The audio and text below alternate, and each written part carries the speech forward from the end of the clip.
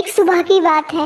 मीना और मीना के पिता राम किशन जंगल में लकड़ी लेने के लिए जाते हैं। तभी मीना अपने पिता से कहती है, पिताजी अब मैं थक गई हूँ, मैं अब और नहीं चल सकती। ओफो बेटा, मैंने पहले ही आपको घर में रहने के लिए कहा था। चलो कोई बात नहीं, आप थोड़ी देर आराम कर लो, तब तक मैं यहीं कहीं पे लकड़ियाँ चुग लेता हूँ। मीना के पिता लकड़ी चुगते चुगते अपने ध्यान में बहुत आगे चले गए।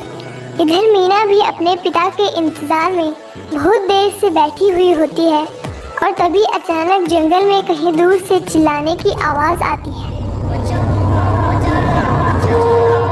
अरे, ये तो पिताजी की आवाज लगती है और पिताजी अभी तक नहीं आए। मुझे बहुत डर लग रहा है, लगता है पिताजी किसी मुसीबत में है। मैं जाकर देखती हूँ। फिर मीना अपने पिता को जंगल में ढूंढने चली जाती है। थोड़ी दूर चलने के बाद मीना देखती है कि उसके पिता पेड़ पर चढ़े हैं और मदद की गुहार लगा रहे हैं, क्योंकि नीचे बगीरा। बचाओ बचाओ, कोई मेरी मदद करो, यहाँ पर बगीरा है, ये मुझे खा जाएगा। हे भगवान, मुझे बचा ले।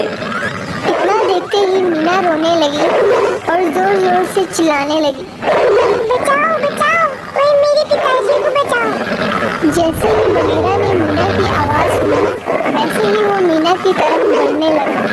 ये देखकर मीना बहुत घबरा गई, क्योंकि बगीरा धीरे धीरे से उसकी तरफ बढ़ रहा था। और तभी राम किशन, मीना भागो, भाग जाओ यहाँ से। हे भगवान, मेरी बच्ची का क्या होगा? रुको मीना, मैं आ गया, मैं तुम्हें कुछ नहीं होने दूंगा।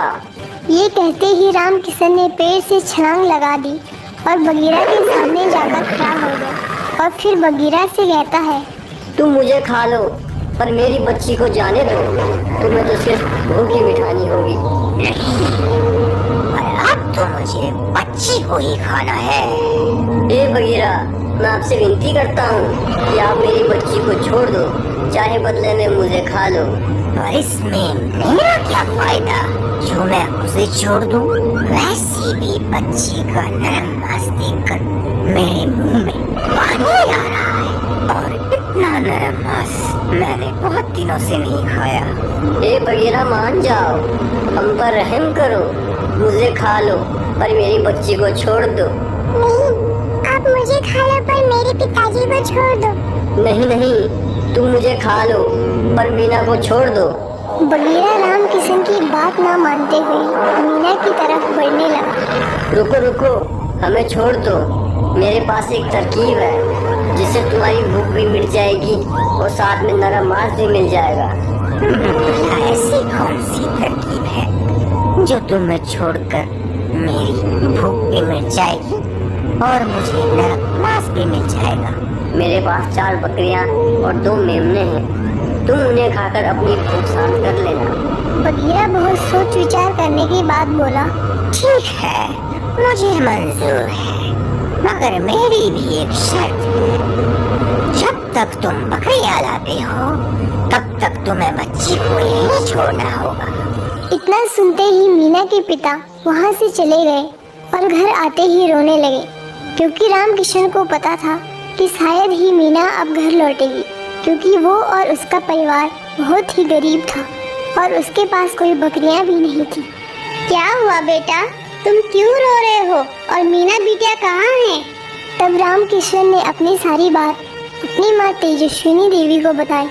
इतना सुनते ही राम किशन की माता जी समझ चुकी थी कि इस परेशानी से कैसे निकला जाए।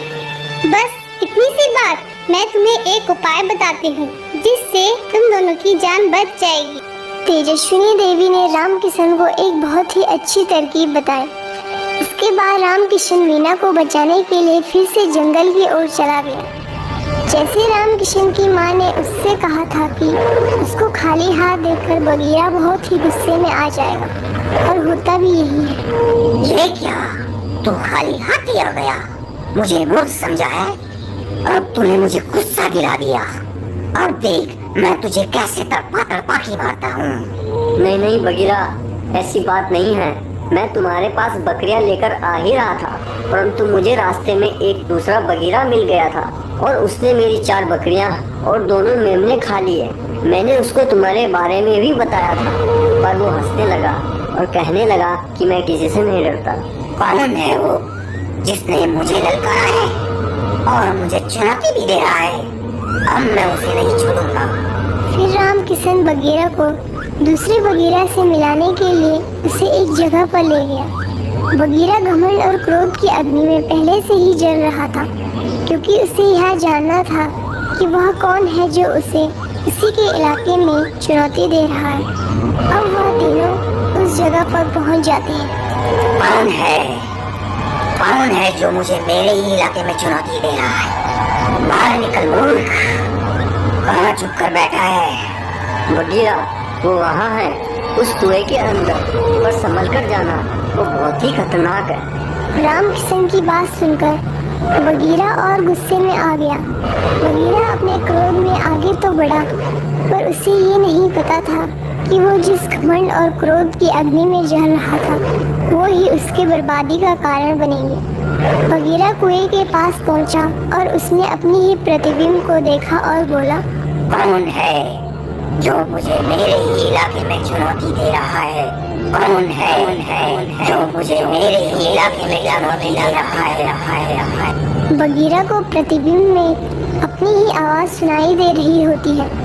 जैसे जैसे बगीरा बोलता जाता वैसे ही आवाज बगीरा को अपने ही प्रतिबिंब में सुनाई देती, पर बगीरा ये सब नहीं समझ पाता है कि ये उसी की आवाज है। तुझ में इतनी हिम्मत जो तू मुझे ललकार रहा है?